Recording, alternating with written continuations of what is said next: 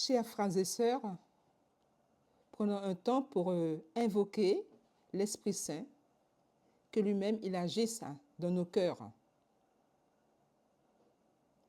Respire en moi cet esprit, afin que je pense ce qui est saint. Agis en moi cet esprit, afin que je fasse ce qui est saint. Attire-moi cet esprit, afin que j'aime ce qui est saint. Affermis-moi cet esprit, afin que je garde ce qui est saint, et garde-moi cet esprit, afin que je ne perde jamais ce qui est saint. Oui, ô Père, Père de lumière, la vraie lumière vient de toi, et c'est le Christ.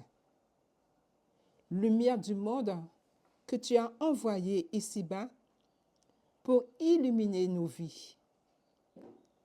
Envoie maintenant cette lumière dans nos âmes, afin que nous te connaissions encore plus, et afin qu'en te connaissant, nous puissions t'aimer davantage, et que par cet amour, nous arrivions à la béatitude éternelle.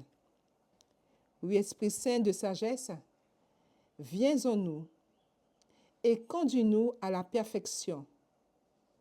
Toi qui attestes à notre esprit que nous sommes enfants de Dieu. Fais-nous expérimenter les richesses de sa grâce, afin que nous en acquérions le goût et que par là, nous trouvions la vraie joie spirituelle. Oui, Esprit Saint, enveloppe-nous du manteau de ta gloire. La gloire du Père, la gloire du Fils. Esprit Saint, toi qui sondes nos cœurs, donne-nous une connaissance intime des profondeurs de Dieu. Pour ce temps d'enseignement, viens toi-même ouvrir nos cœurs, ouvrir nos oreilles, ouvrir nos yeux. Fais-nous rentrer dans une dimension spirituelle. Fais-nous acquérir de nouvelles forces pour ta gloire, pour la gloire du Père, du Fils et de l'Esprit.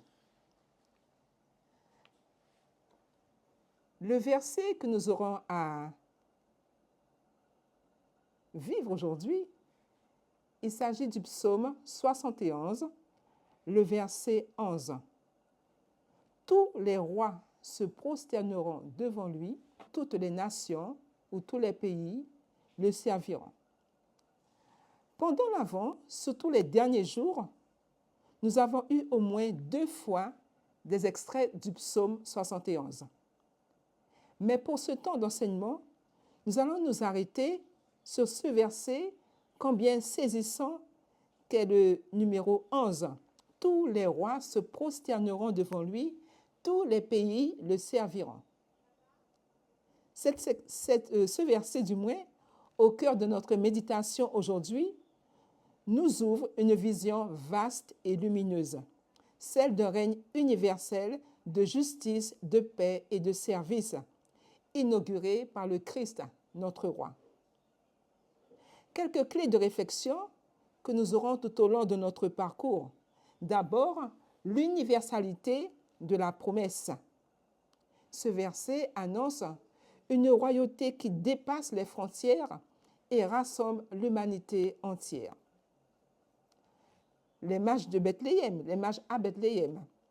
L'épisode de l'Épiphanie illustre concrètement ce psaume. Des rois venus d'Orient se prosternent devant l'enfant Jésus, offrant leur présent. L'Avent n'était qu'une préparation à cette reconnaissance universelle. Un règne de paix et de justice, de fraternité. Les prophètes annoncent un roi qui ne domine pas par la force, mais qui sert par l'amour. Donc la liturgie de l'Avent a été pour nous comme une anticipation du Christ roi, dont la naissance inaugure un royaume spirituel. Et pour nous, c'est une invitation personnelle à nous joindre à cette procession universelle, ouvrir notre cœur, nous prosterner intérieurement et accueillir le Christ comme notre roi, comme le roi de notre vie. Écoutons le psaume 71, quelques versets seront chantés et je vous invite par la suite à méditer l'ensemble de ce psaume. Toutes les nations, Seigneur, se prosterneront devant toi. Toutes les nations, Seigneur, se prosterneront devant toi. Dieu, donne au roi tes pouvoirs, à ce fils de roi ta justice, qu'il gouverne ton peuple avec justice, qu'il fasse droit aux malheureux.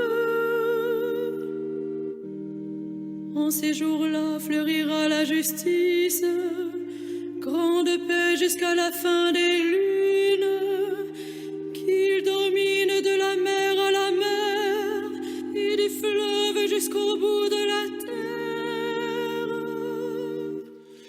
Toutes les nations, Seigneur, se prosterneront devant toi. Les rois de Tarsis et des îles apporteront des présents. Les rois de Saba et de Séba feront leur offrande. Tous les rois se prosterneront devant lui. Tous les pays le serviront.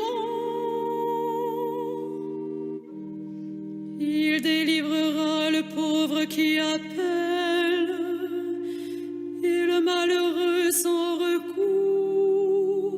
Il aura souci du faible et du pauvre dont il sauve la vie. Toutes les nations, Seigneur, se prosterneront devant toi. Quelques points d'analyse. Une vision universelle. En prononçant ce verset, ou déjà en écoutant ce psaume, nous sommes appelés à élargir notre regard. Il ne s'agit pas seulement d'un idéal lointain, mais d'un appel concret à laisser grandir en nous ce royaume où la justice se fait accueil, la paix dialogue et le service fraternité. À travers nos choix, nos engagements quotidiens, nous pouvons déjà participer à l'avènement de cette royauté, en témoignant humblement de la lumière du Christ auprès de ceux qui nous entourent. Ainsi, chacun à sa manière devient semeur d'espérance, artisan d'un monde réconcilié en marche vers l'accomplissement des promesses de Dieu. Regardons le contexte biblique et prophétique. Pour saisir la profondeur de cette promesse, il nous faut revenir à l'Ancien Testament. Dès l'histoire de Balaam, ce devin païen qui annonce « Un astre surgira de Jacob, un sceptre s'élèvera d'Israël ». Le livre des Nombres, chapitre 24, verset 17. La parole de Dieu laisse entrevoir ici un Messie dont l'autorité sera reconnue bien au-delà d'Israël.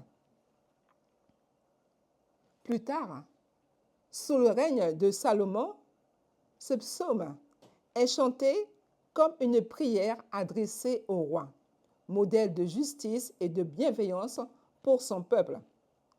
Mais très vite, les prophètes Isaïe, Michée et tant d'autres élargissent l'horizon. Ils annoncent un roi à venir, porteur de paix pour toutes les nations.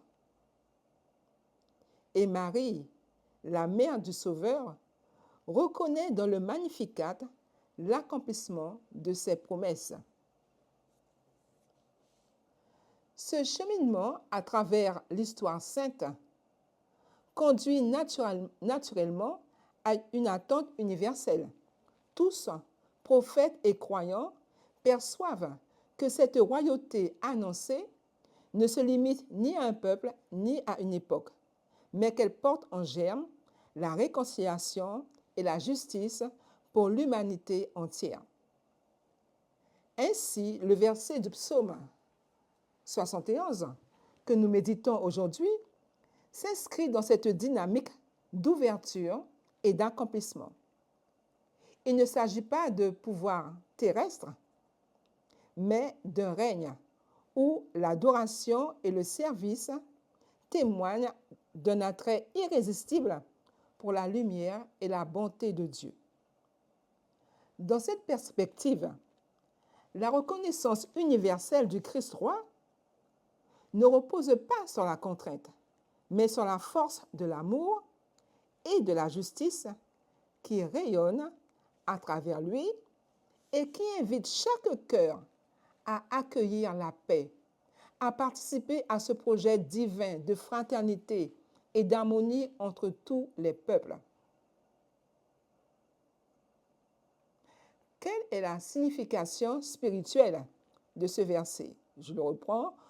Tous les rois se prosterneront devant lui, toutes les nations, tous les pays le serviront. Ici, il s'agit d'une reconnaissance universelle,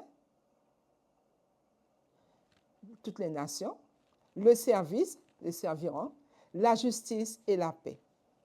Ce verset du psaume 71 ne parle pas d'une domination écrasante, comme je vous le disais précédemment, mais d'un règne accueilli librement dans l'adoration et le service. Tous les rois se prosterneront, adoration, tous les pays, les peuples le serviront, service. Se prosterner dans la Bible, c'est reconnaître un amour plus grand, une autorité qui élève au lieu d'humilier. Servir le roi, c'est participer à son œuvre de justice, donner à chacun sa dignité, défendre la vie, chercher la paix. Nous sommes invités à contempler ce projet de Dieu, une humanité rassemblée non par la contrainte, mais par l'attraction de la bonté et de la lumière du Christ. Ce rêve d'unité, de fraternité, traverse toute l'histoire biblique et rejoint le désir profond de chaque cœur humain. Dans cet éclairage, la reconnaissance universelle du Christ, roi, s'enracine dans une dynamique de conversion intérieure. Et c'est ce que nous avons été amenés à faire pendant tout le temps de l'Avent, la recherche de la conversion intérieure, et qui ne s'arrête pas à Noël, mais qui va se continuer par la suite.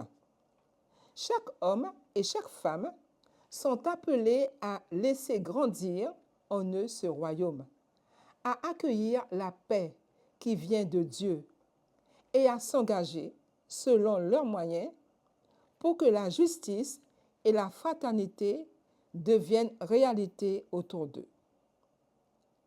Ainsi, le service du Christ ne se limite pas à une attitude de soumission, mais devient source d'élan et de transformation, invitant chacun à poser des gestes concrets de réconciliation, de générosité et de respect pour toute personne.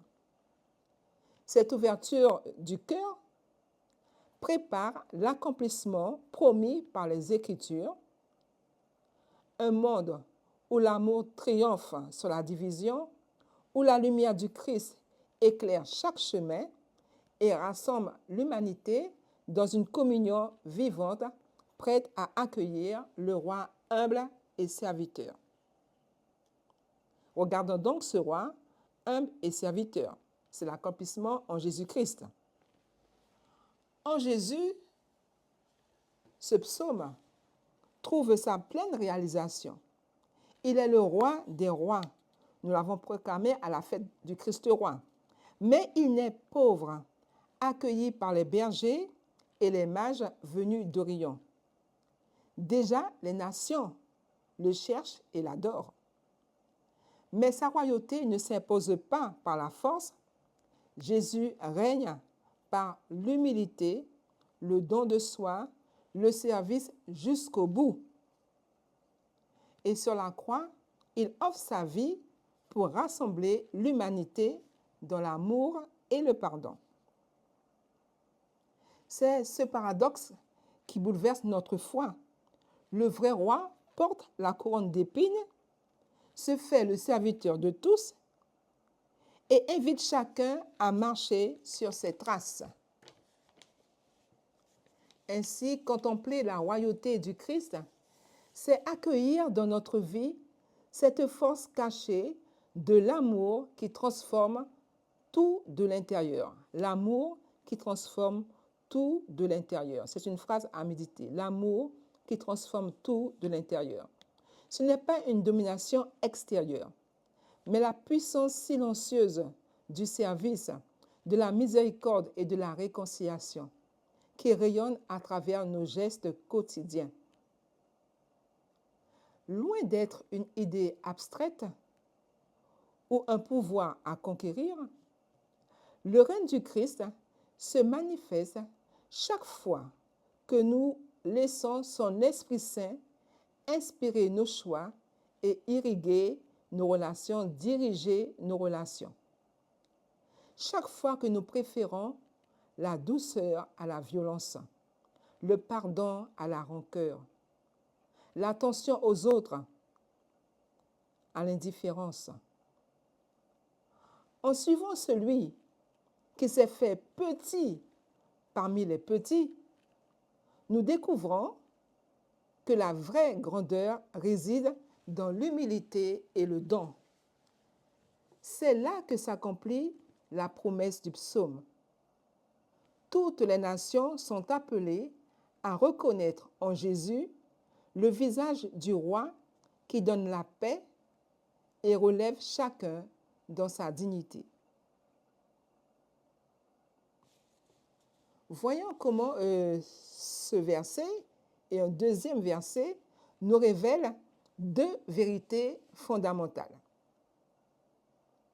Le psaume 71 est une prière pleine d'espérance et je vous invite vraiment à le reprendre.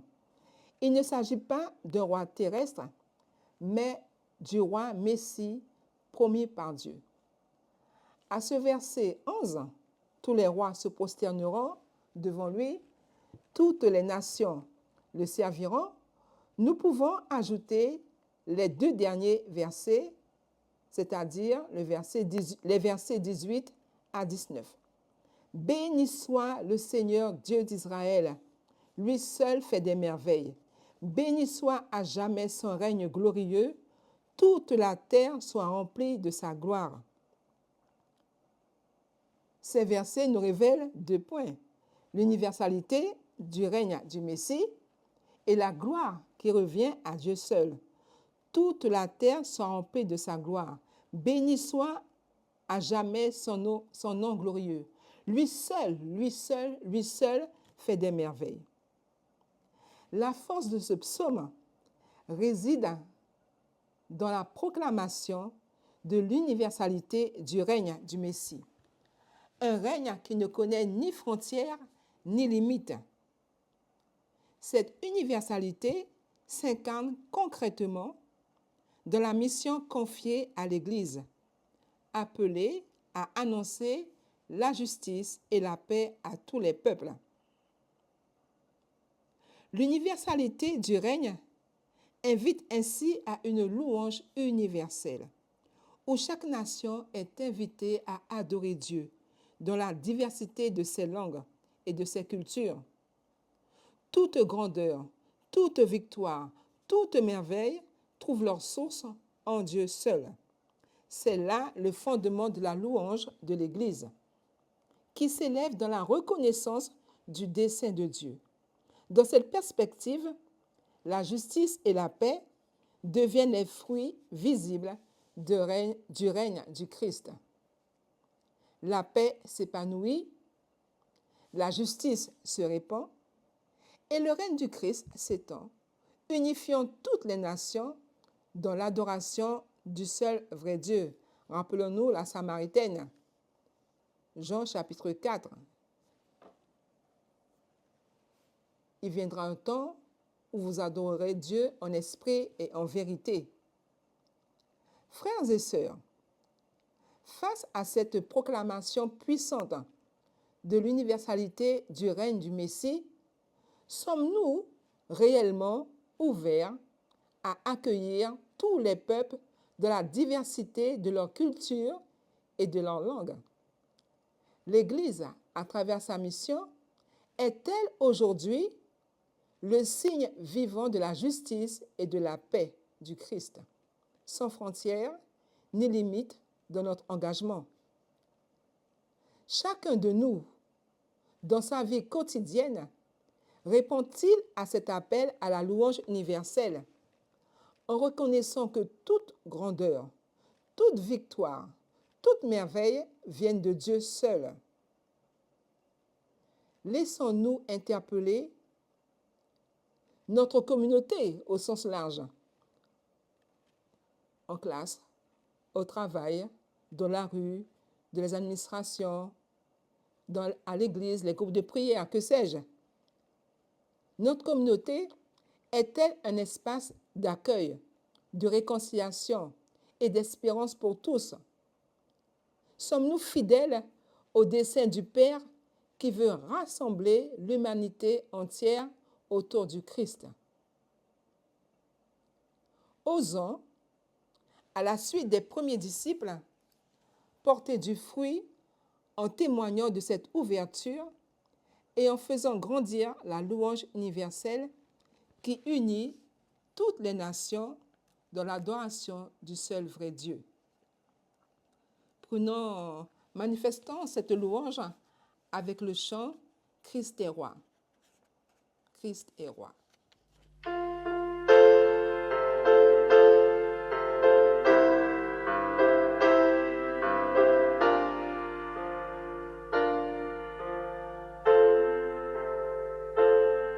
Dans son amour, Dieu le Père envoya son Fils Jésus pour accorder la lumière à tous ceux qui sont perdus. Il descendait sur la terre, mais les hommes l'ont rejeté. Ils l'ont cloué au calvaire, mais Christ est ressuscité. Christ est roi, Christ est roi, Christ est roi, des rois. Christ est roi, Christ est roi, Christ est roi, des rois. Les croyants de tous les âges portent son nom sur leur cœur. Dans l'épreuve et gardent courage, car leur Dieu est un sauveur.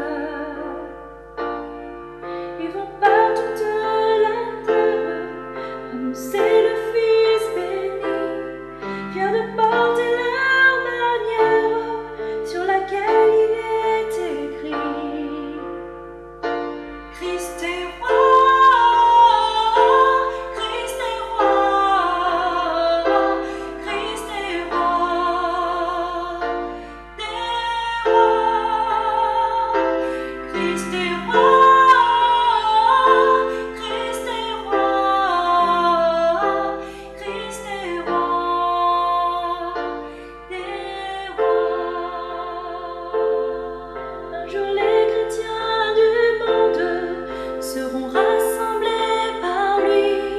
Ils sortiront de leur tombe, car en lui ils ont la vie. Ils formeront un royaume, la terre sera leur pays. Leurs hymnes sera un psaume à la gloire du Messie. Christ est roi, Christ est roi, Christ est roi des rois. Christ est roi, Christ est roi, Christ est roi des rois. Au cours de cette fête de l'Épiphanie, nous pouvons porter notre attention sur le Messie, roi universel. Tous les rois se prosterneront devant lui, toutes les nations le serviront. Quelques points clés. Ce règne dépasse les frontières. Nous voyons avec les trois rois mages. Il est universel. Il ne repose pas sur la force, mais sur justice et paix. Jésus accomplit cette promesse. Allez de toutes les nations, faites des disciples. En Matthieu chapitre 28, verset 19. Et aussi, nous pouvons avoir une vision finale. Voici une foule immense, de toutes nations, tribus, peuples et langues.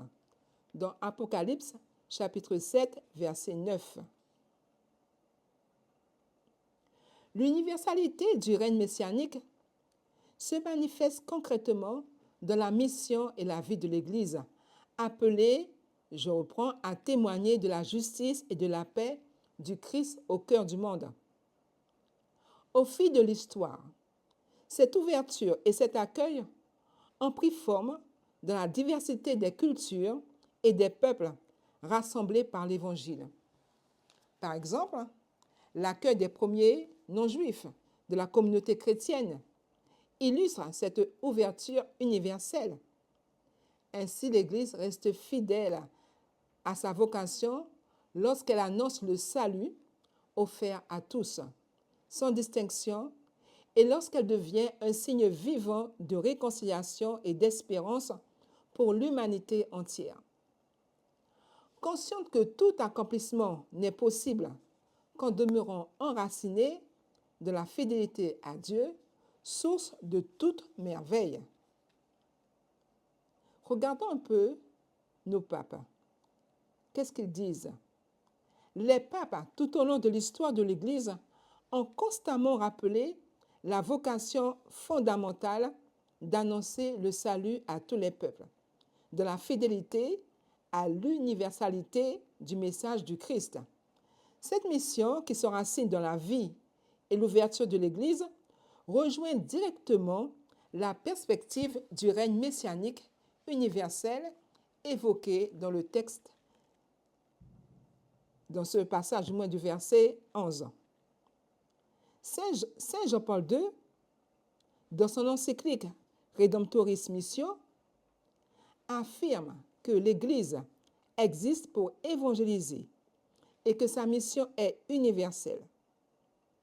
Le Christ confie à son Église la mission d'annoncer le salut à tous les hommes, sans distinction de race, de culture ou de conditions sociales. Il souligne que l'accueil de la diversité des peuples et des cultures est une richesse qui manifeste la catholicité de l'Église et sa vocation à réunir l'humanité entière dans l'espérance et la réconciliation. Le pape Benoît XVI, dans Verbum Domini, rappelle que la parole de Dieu est destinée à tous, invitant l'Église à être un signe vivant de paix et d'unité, fidèle à sa vocation missionnaire. L'annonce du salut doit être offerte à tous, car c'est de la rencontre avec le Christ que chaque personne trouve la plénitude de vie et de sens. Le pape François, dans Evangelii Gaudium, insiste sur l'ouverture et l'accueil universel. L'Église doit sortir vers les périphéries, accueillir chacun et annoncer la joie de l'Évangile sans exclusion. Il encourage les chrétiens à devenir des témoins d'espérance et de réconciliation, en s'engageant pour la justice et la paix au cœur du monde.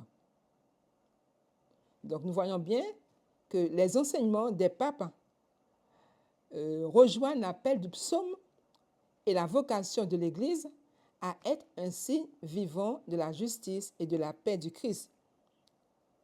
Les papes, par leur enseignement, rappellent que toute annonce du salut s'appuie sur la fidélité à Dieu, source de toute merveille, et sur l'ouverture à tous, dans la diversité des cultures et des peuples. L'Église demeure fidèle à sa mission lorsqu'elle invite l'humanité entière à recevoir le salut, à vivre la réconciliation et à devenir dans l'espérance une communauté rassemblée autour du Christ. Écoutons maintenant ce que nous disent les pères de l'Église. Saint Augustin, tous les rois se prosterneront devant lui. Cela s'accomplit dans le Christ, car il est le roi des rois et son royaume n'a pas de fin.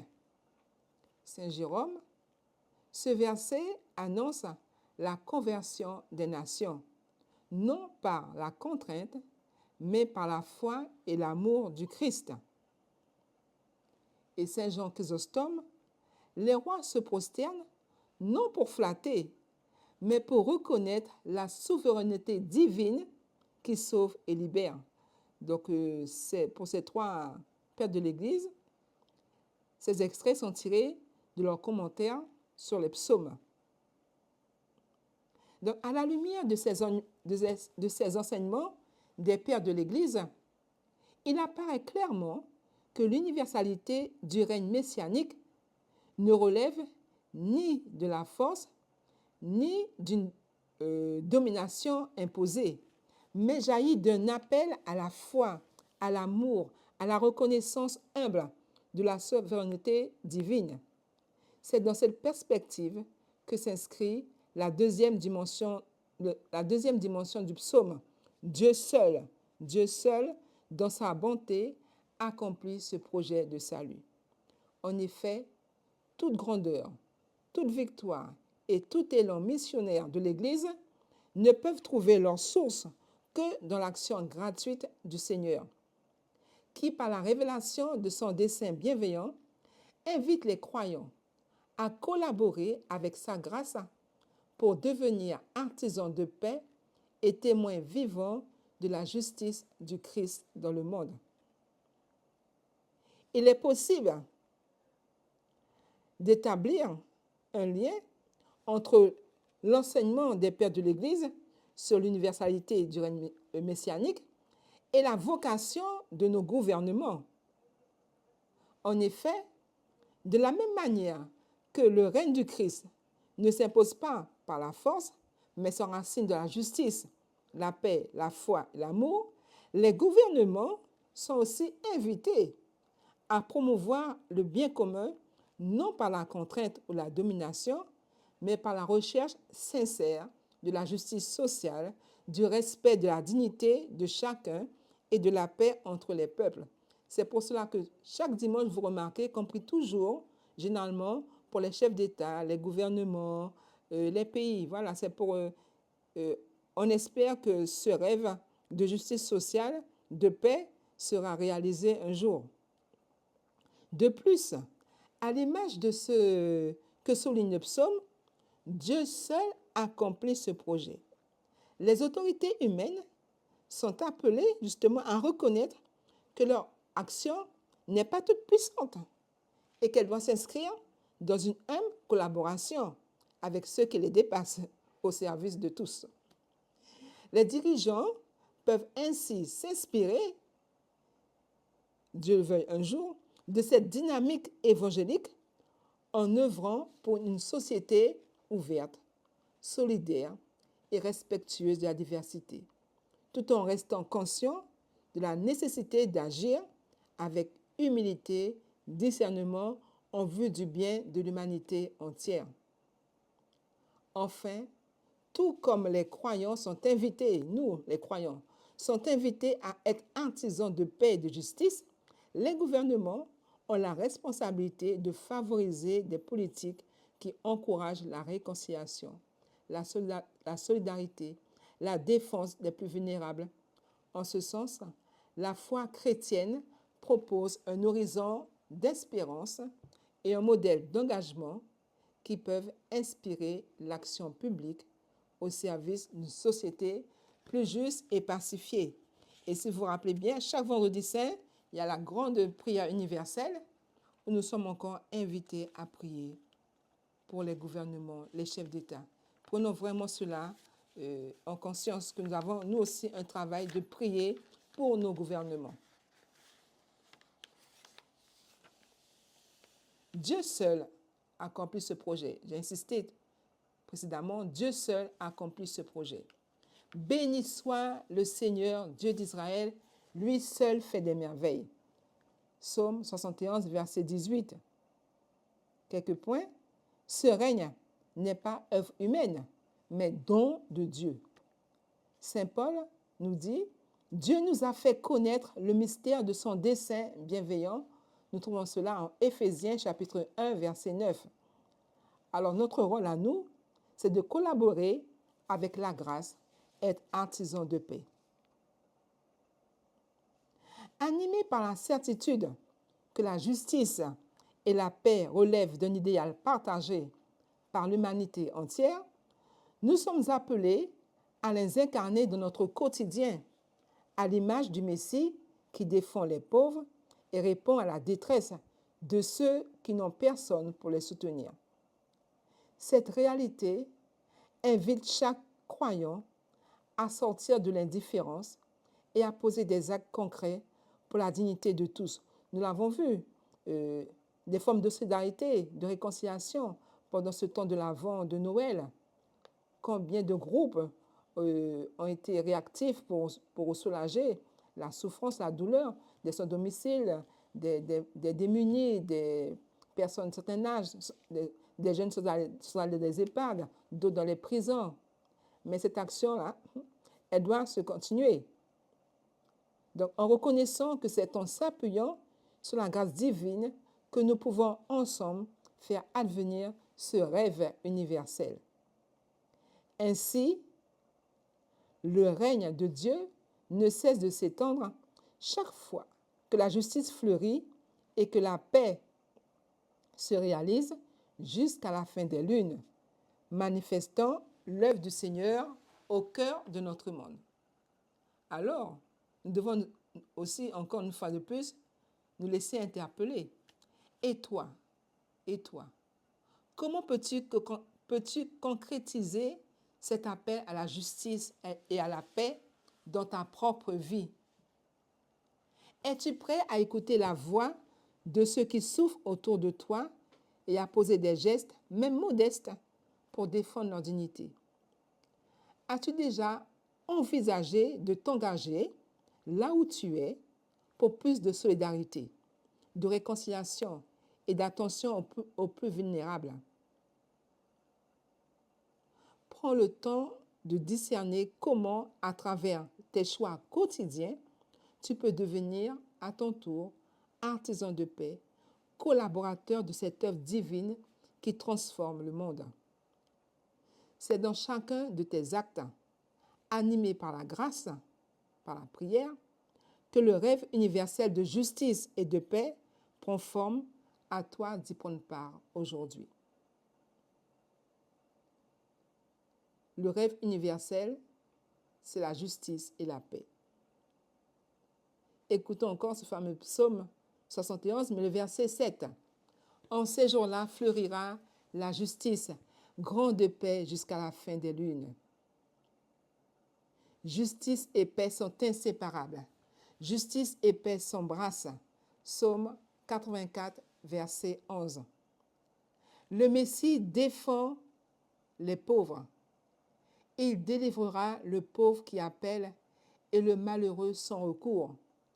Psaume 71, verset 12.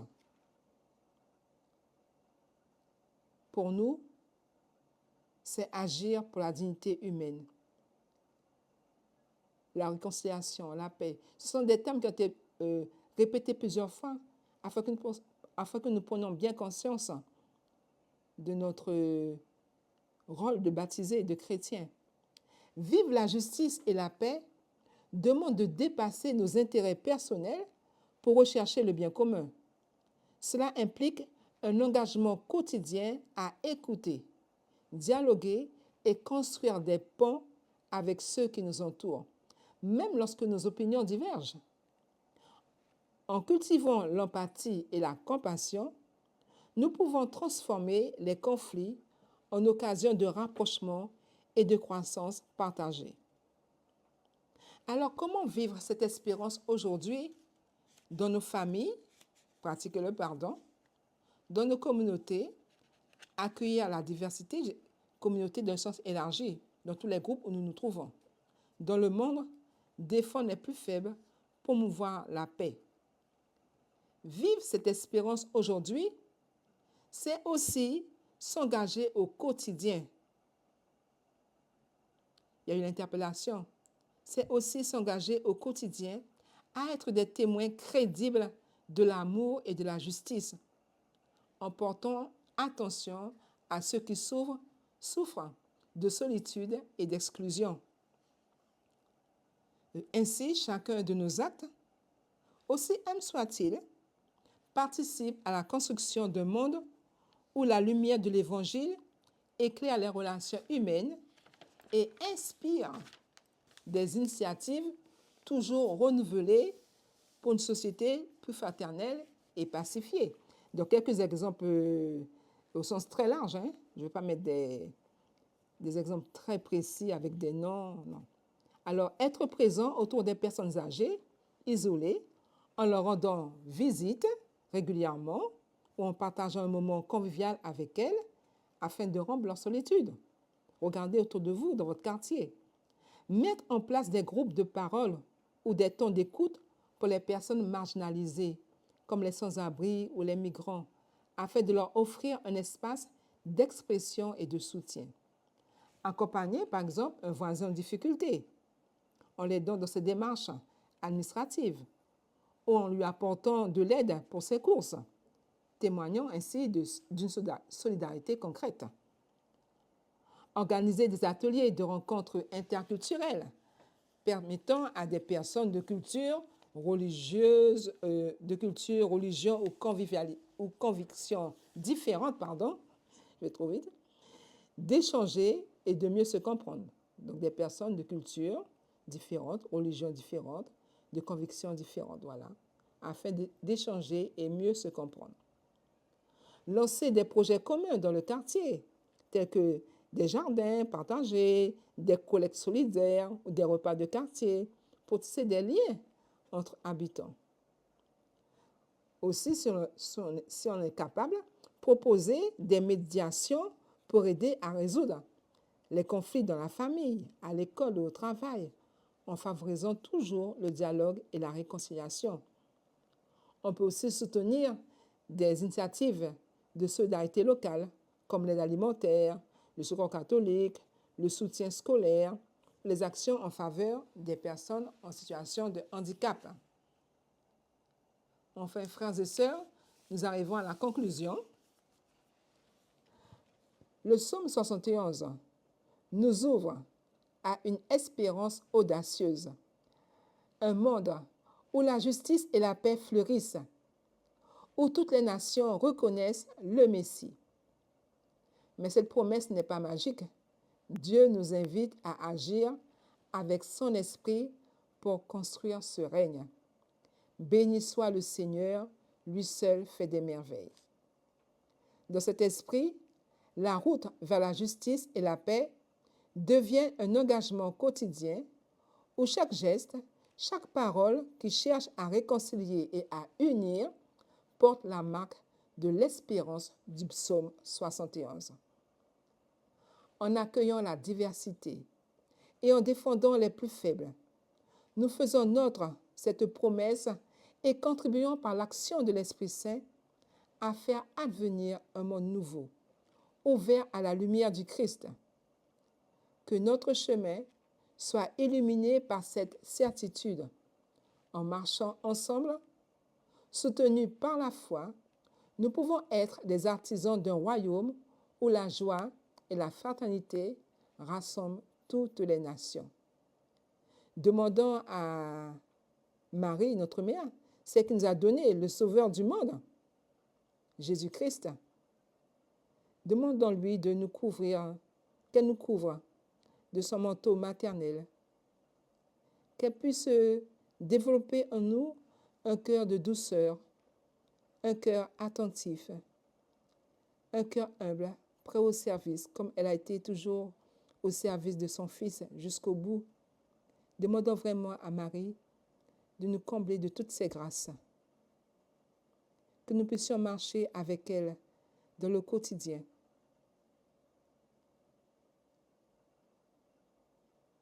Je vous salue, Marie, pleine de grâce. Le Seigneur est avec vous. Vous êtes bénie entre toutes les femmes, et Jésus, le fruit de vos entrailles, est béni. Sainte Marie, Mère de Dieu, prie pour nous pauvres pécheurs, maintenant et à l'heure de notre mort. Amen. Oui, frères et sœurs, tous les rois se prosterneront devant lui, toutes les nations le serviront. Béni soit le Seigneur, Dieu d'Israël, lui seul fait des merveilles. Béni soit à jamais son nom glorieux. Toute la terre soit remplie de sa gloire. Amen. Amen. Nous allons prendre le chant « Bénissez le roi des siècles » avec la communauté du chemin neuf. Merci.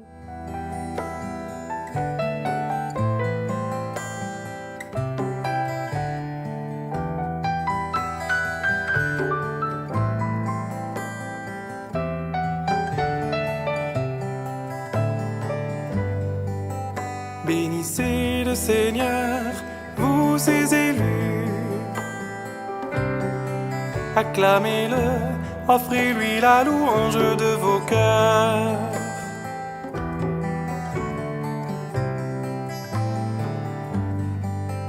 Approchez du Dieu saint, recevez sa lumière. Vous qui l'aimez, célébrez son règne sur l'univers. Ô lumière du monde, sur le monde endormi, sur les hommes perdus, se lèvera l'étoile radieuse du matin.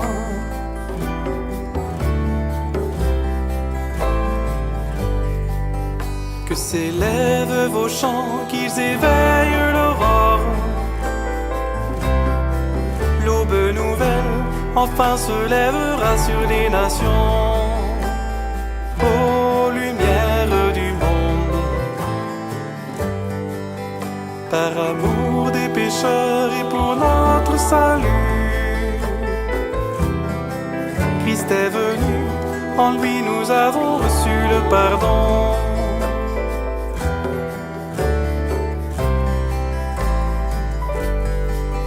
Sur le peuple qui marchait dans les ténèbres, a resplendi l'astre d'en haut, lumière sans déclin, lumière du monde.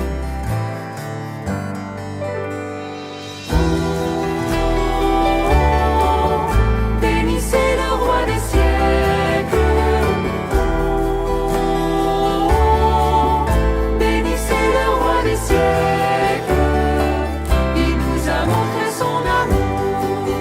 La colonne de feu est dressée devant nous. Bénissez le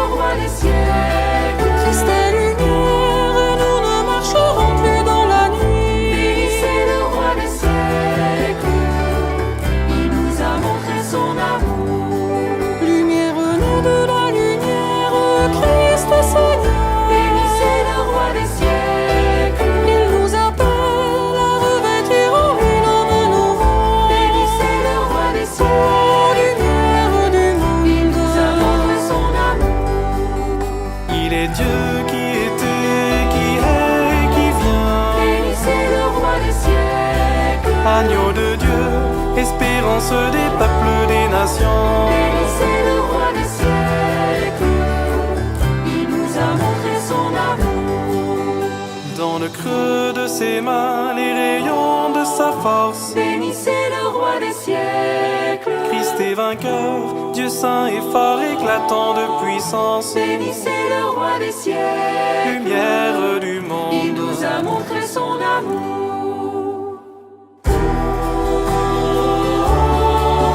Bénissez le roi des siècles,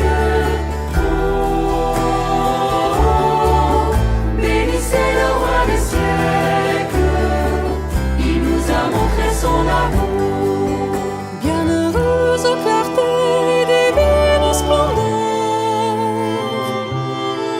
amour sans fin dont la beauté illumine les saints.